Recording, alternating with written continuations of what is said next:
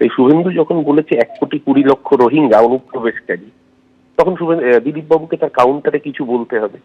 মুশকিলটা হচ্ছে শুভেন্দুর রোহিঙ্গা অনুপ্রবেশকারী একজনকে এখনো অব্দি নির্বাচন কমিশন খুঁজে পায়নি, কিন্তু তার জন্য বাংলা 10.5 কোটি মানুষকে লাইনে দাঁড় করিয়ে দিয়েছে।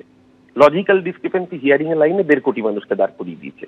আর দিলীপ ঘোষ এই মন্তব্য করছেন এখন দলের মধ্যে নিজের প্রাসঙ্গিকতা বজায় রাখতে। যদি কোনো ভুয়ো ভোটার থেকে থাকে, নির্বাচন কমিশন তালিকা দিতে পারলো না কেন, ড্রাফট লিস্টে কেন তার কোনো তথ্য এলো না, পুরোটাই আসলে একটা মিথ্যে ন্যারেটিভ তৈরি করে যত বেশি সংখ্যক মানুষের নাম কাটা যায়। আর দিলীপদার একটা পার্সোনাল এজেন্ডাও রয়েছে। দিলীপদা কদিন আগে ব্রাত্য ছিলেন, উনি নিজের জায়গা মেদিনীপুর থেকে সরিয়ে দিয়ে ওনাকে হারিয়ে দিয়েছে শুভেন্দু অধিকারীর লবি। আজকে দিলীপ বাবুর স্ত্রী সম্ভবত রিঙ্কু দেবী নিউ টাউনে বিজেপির অফিসে গিয়ে বায়োডাটা জমা দিয়েছেন প্রার্থী হওয়ার জন্য। আমি দিলীপ বাবুকে অনুরোধ করব যে বাংলা বিরোধী বিজেপিকে তো বাংলার মানুষ এবার বিদায় নিশ্চিত করে দিয়েছে, কিন্তু আপনি যখন প্রার্থীপদ হিসেবে যদি আপনার স্ত্রীর কপালে প্রার্থীপদ জোতে নমিনেশন দিতে যাওয়ার আগে জগন্নাথ মন্দিরে গিয়ে প্রণাম করে পুজো দিয়ে তারপর যাবেন, যেই মন্দির মমতা বন্দ্যোপাধ্যায় তৈরি করা, যেখানে উদ্বোধনে আপনি সস্ত্রীক গিয়েছিলেন।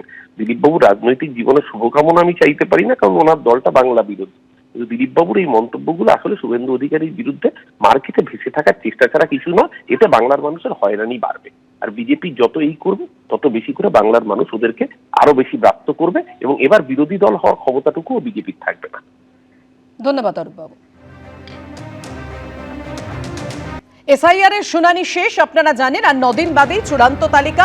কিন্তু কত নাম বাদ যাবে? 27 লক্ষের নথি ফের যাচাই করাতে বললেন পর্যবেক্ষকরা, এমনটাই সূত্রের খবর।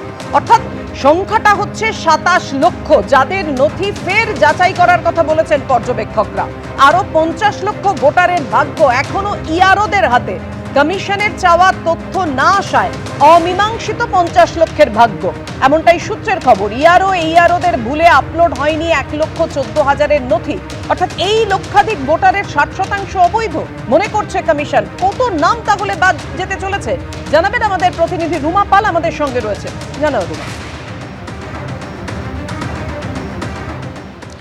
দেখো, বলে রাখি, কমিশন এরকমটা বলেনি যে কত নাম বাদ যাবে, তবে এটা ঠিক যে তথ্য সামনে আসছে তাতে মনে হচ্ছে যে এই নামগুলো বাদ যেতে পারে। যেমন 1,14,772, যেখানে এইআরওদের ভুলে কিন্তু আপলোড হয়নি, এমনটাই বলছে কমিশন।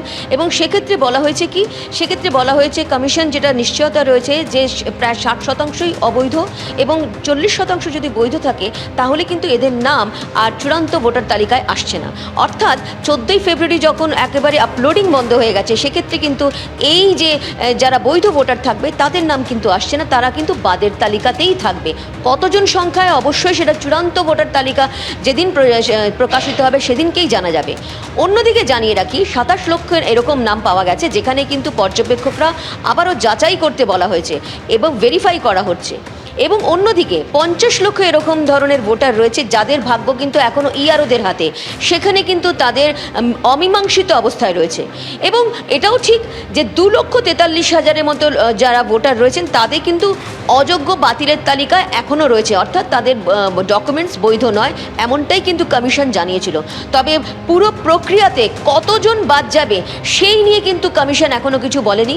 তবে বিভিন্ন ধাপে ধাপে যে রয়েছে সেখানে দেখা যাচ্ছে যে কয়েক লক্ষ মানুষের কিন্তু এখনও ভাগ্য সেটা অনিশ্চয়তার মুখে রয়েছে।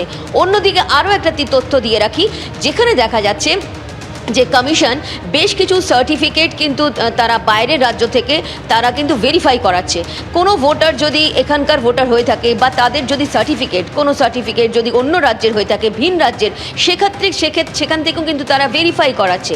এবং সবথেকে বড় কথা হচ্ছে সেই ভেরিফিকেশনের জন্য কিন্তু এখনও আসেনি, সেই ভেরিফাইড হয়ে কিন্তু সার্টিফিকেট এখনও আসেনি, এরকম সংখ্যাও কিন্তু প্রায় 1 লক্ষের মতো। এবং সেক্ষেত্রে সবথেকে বড় প্রশ্ন, তাহলে কি হবে? আর 2 দিন মাত্র বাকি রয়েছে, যেখানে স্ক্রুটিনি চলছে, স্ক্রুটিনি শেষ হয়ে যাবে। তারপর কিন্তু একেবারে 28শে ফেব্রুয়ারিতে গিয়ে সেখানে চূড়ান্ত ভোটার তালিকা প্রকাশ পাবে। তার মধ্যেই কিন্তু যখন যা সমস্ত তথ্য যাচাই হয়েছে বা স্ক্রুটিনি হয়েছে ইসিআই এর কাছে পৌঁছবে, ইসিআই সেটা কিন্তু তোমাকে বিরত করে একটু জানতে চাইছি, এই যে এইআরওদের ভুলে 1,14,000 নথি আপলোড হয়নি, তাদের ক্ষেত্রে কি হবে? তাদের ভবিষ্যৎ কি?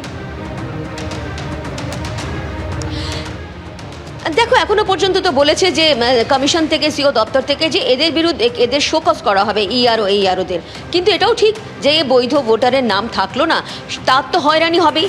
কারণ যদিও কমিশন বলছে যে বিএলওদের পাঠিয়ে তাদের ফর্ম 6 পূরণ করা হবে, ফর্ম 6 অর্থাৎ নতুন করে তারা ভোটার হবেন, তবে এটাও ঠিক যে 28শে ফেব্রুয়ারি যখন চূড়ান্ত ভোটার তালিকা প্রকাশ পেয়ে যাবে তখন কিন্তু ভোটের প্রস্তুতি শুরু হবে। সেক্ষেত্রে আদৌ কি বিএলওরা এদের বাড়িতে যাবেন যারা বৈধ ভোটার যাদের আপলোড হলো না, নাকি এদেরই আবার হয়রানির শিকার হতে হবে, এটা কিন্তু একটা প্রশ্ন থাকছে।